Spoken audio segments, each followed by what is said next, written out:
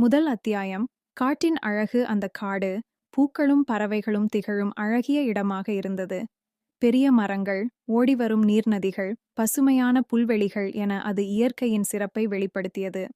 காற்றின் மனமயக்கும் மணமும் பறவைகளின் இனிய குரலும் அந்த இடத்தை மேலும் உயிர்ப்புடன் அலங்கரித்தன. அந்த காட்டின் நடுவில் 4 சிறந்த நண்பர்கள் இருந்தனர். டினு நரி, "நம்ம காடு எனக்குத்தான் சொந்தம்" என்று பெருமையாக கூறும், ஆனால் சில நேரங்களில் மற்றவர்களை எரிச்சலூட்டும் பேச்சு கொண்டவன். டீனு வெகுஜன தலைவராகவே நடந்து கொண்டாலும் அவன் வார்த்தைகளின் தாக்கத்தைப் பற்றி பெரிதும் சிந்திக்கவில்லை. டாலி பூனை, "சும்மா இரு, தப்பாமல் யோசிப்போம்" என்று அமைதியாகவும் புத்திசாலித்தனமாகவும் செயல்படும் அறிவாளி. டாலி தனது உணர்ச்சிகளை அடக்கி சமநிலையை பராமரிக்க முயற்சிப்பதன் மூலம் மற்றவர்களுக்கு காவலராக இருந்தது. கோபி குரங்கு, "ஏறி குதிக்காமல் வாழ்க்கை சுவாரஸ்யமா" என்று எப்போதும் சாகசங்களை செய்ய முயல்பவன். அவனது செயல்களில் எப்போதும் உற்சாகமும் ஆர்வமும் நிரம்பியிருந்தது. சுரேஷ்மான், "நான் யாருக்கும் உதவாமல் இருக்க மாட்டேன்" என்று பிறர் நலனில் சிந்திக்கும் கொடையாளர். அவனது அழுத்தமான மனமும் சாதகமான அன்பும் மற்ற நண்பர்களுக்கு ஒத்துழைப்பாக இருந்தது. இந்த நால்வரும் நண்பர்களாக இணைந்து காட்டில் வாழ்வை மகிழ்ச்சியாக அனுபவித்தனர். காட்டின் இயற்கை சூழலை மையமாக வைத்து அவர்கள் தினமும் ஒன்றுபட்டு விளையாடி வாழ்க்கையை சுவாரஸ்யமாக மாற்றிக் கொண்டிருந்தனர். 2ஆம் அத்தியாயம். டினுவின் வார்த்தைகளின் பிரச்சினை தொடக்கம். ஒரு நாள் நண்பர்கள் நீர்நதிக்குச் சென்றனர். கோபி குரங்கு மரத்தின் மேலிருந்து ஒரு கிளையில் குதித்தபோது கீழே விழுந்து விட்டான். "ஓஹோ, குதிப்பதில் எல்லா குரங்குகளும் கிறுக்கு இல்ல, நீயே தனியா குதிப்பதிலேயே முதலிதன்" என்று டீனு நரி சொன்னது. கோபி வெளியே சிரித்தாலும் அவனுடைய உள்ளம் புண்பட்டது. அவனுக்கு ஆற்றலான குரங்காக தன்னை நிரூபிக்க வேண்டும் என்ற எண்ணம் இருந்தது. ஆனால் டினுவின் வார்த்தைகள் அவனை அவமானப்படுத்தியது போல இருந்தது. அதே நேரத்தில் சுரேஷ்மான் தண்ணீர் குடித்தபோது தன்னுடைய காலில் தண்ணீர் சிந்தியது. "அட, நீ இப்படி மெதுவாக இருந்தால் குளத்தை சின்ன கிணற்றாக மாற்றிடுவே" என்று டீனுவின் கிண்டலான பேச்சு தொடர்ந்தது. "நீ சொல்வது சரியில்லை டீனு" என்று சுரேஷ்மான் மெதுவாக கூறினாலும் அவனுடைய மனதில் புண்பாடு இருந்தது. 3ஆம் அத்தியாயம். கோபி குரங்கின் முட்டாள் சாகசம். டினுவின் வார்த்தைகள் கோபியின் மனதில் எரிச்சலை உண்டாக்கியது. "என்னை ஒரு சாகச வீரன் என்று காட்ட வேண்டிய நேரம் இது" என்று கோபி நினைத்தான். "நான் என்ன செய்யப் போகிறேன் தெரியுமா" என்று கோபி நெருக்கமாக நடந்து போன எல்லாருக்கும் கூறினான். மரத்தின் மிக உயரமான கிளையில் ஏறி குதிப்பதை திட்டமிட்டான். "கோபி, இது ஆபத்தானது" என்று டாலி பூனை அவனை எச்சரித்தது. ஆனால் கோபி டினுவின் வார்த்தைகளால் தூண்டப்பட்டு எவரையும் கேட்கவில்லை. "இப்போ நான் எல்லாம் சாகசம் செய்யறேன்" என்று கூறி பெரிய கிளையிலிருந்து குதிக்க முயன்றான். ஆனால் கிளை உடைந்து கோபி நேராக நதியில் விழுந்தான். அதை பார்த்த டீனு மீண்டும் கிண்டலாக, "கேக் விழாவா இது? குதிக்கவே குதிக்கிறாயா" என்று பேசியது. இந்த வார்த்தைகள் கோபியின் மனதை மிகவும் புண்படுத்தின. அவன் தனது ஆற்றலை நிரூபிக்க முயற்சித்தும் தோல்வியடைந்தது போல உணர்ந்தான். 4ஆம் அத்தியாயம்.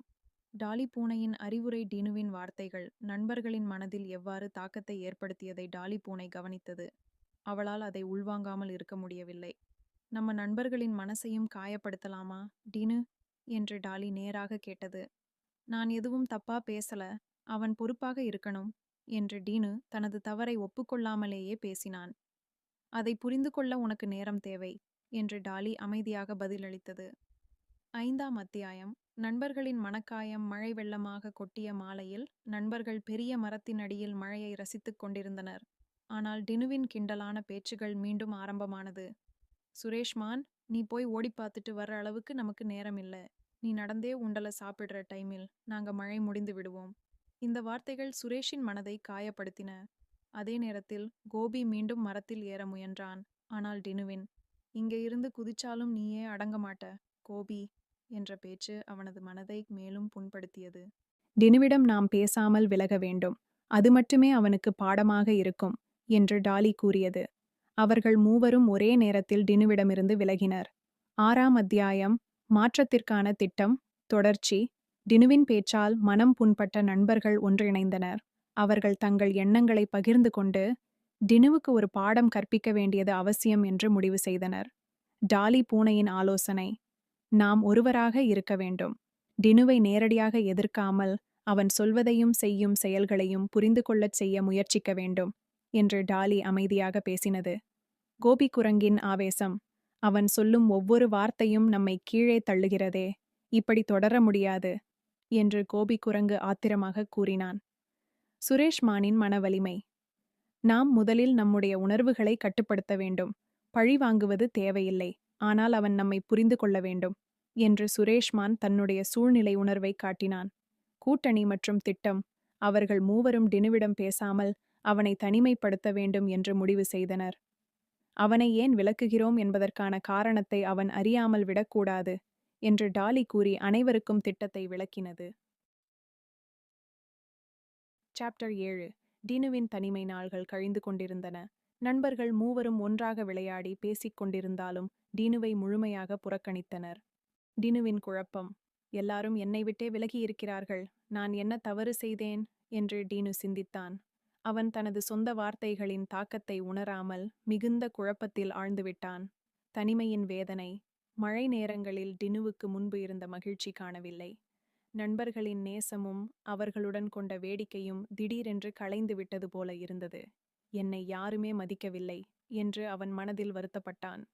டாலி பூனையின் இரக்கம். ஒரு நாள் மாலையில் டினு தனியாக ஒரு பாறையின் மீது அமர்ந்திருந்தது. தூரத்திலிருந்து பார்த்த டாலி பூனை அவன் மனம் கனிந்திருப்பதை அறிந்தது. டாலியின் அறிவுரை.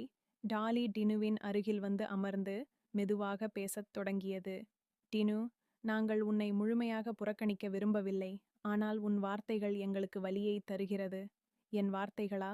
அவை விளையாட்டுக்காக சொன்னதுதான் என்று டினு தன்னை பாதுகாக்க முயன்றான். தீயின் தாக்கமும் நாவின் தாக்கமும். தீயினால் சுட்ட புண் ஆறலாம், நாவினால் சுட்ட வடு ஆறாது என்று டாலி திருக்குறளை மேற்கோளாக கூறியது. உன் பேச்சின் தாக்கம் எங்களின் மனதில் நீண்ட நேரம் பதிந்து கிடக்கிறது. அதை நீ புரிந்து கொள்ள வேண்டும் என்று டாலி கூறியது. அனைத்து நண்பர்களையும் கூட்டமாக அழைத்தான். டினுவின் மனவிருப்பம்.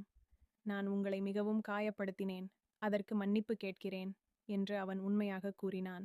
நண்பர்களின் திரும்பப் பெறுதல். கோபி குரங்கு. நீ எங்கள் உணர்வுகளை புரிந்து கொண்டதற்கு மகிழ்ச்சியாக இருக்கிறோம். இனி பேசும்போது சற்று கவனமாக இருந்தால் எங்களுக்கு அது போதுமானது. சுரேஷ்மான். நாம் அனைவரும் நண்பர்கள், இப்போதே நம்மை மீண்டும் இணைக்க வேண்டும். அவர்கள் மீண்டும் மகிழ்ச்சியுடன் ஒன்றிணைந்தனர். சாப்டர் 10. திருக்குறளின் விளக்கம். அந்த மாலையில் நண்பர்கள் பெரிய மரத்தின் கீழ் ஒன்றாக அமர்ந்து சிந்தனைமிக்க உரையாடலில் ஈடுபட்டனர். டாலியின் பகிர்வு. திருக்குறள் எப்போது காலத்திற்கும் பொருந்தக்கூடியது. வார்த்தைகள் உயிருள்ளவை, அவற்றால் மனங்களை வெல்லலாம், காயப்படுத்தலாம் என்று டாலி சொல்லியது. கோபியின் நகைச்சுவை. இப்போ நான் குதிக்க நினைக்கிறேன், ஆனால் டினு நரி என்னை கிண்டல் அடிக்க மாட்டான் இல்லையா என்று கோபி கேட்டு சிரித்தான். அவர்கள் அனைவரும் ஒரு சேர சிரித்து நிச்சயமாக என்று உறுதியளித்தனர். கதை. முடிவும் புத்துணர்ச்சியும். அந்த காட்டில் நடக்கும் ஒவ்வொரு நாளும் இனிமையாக மாற்றப்பட்டது. டினு நரி தன் பேச்சின் சக்தியை உணர்ந்து எப்போதும் மற்றவர்களை மகிழ்விக்கவும் அவர்களை ஊக்குவிக்கவும் கற்றுக்கொண்டது. நண்பர்கள் அனைவரும் ஒற்றுமையுடன் வாழ்க்கையை தொடர்ந்தனர். பேச்சு பலமே பெரிய பலம் என்ற உண்மையை அவர்கள் அனைவரும் அங்கீகரித்தனர்.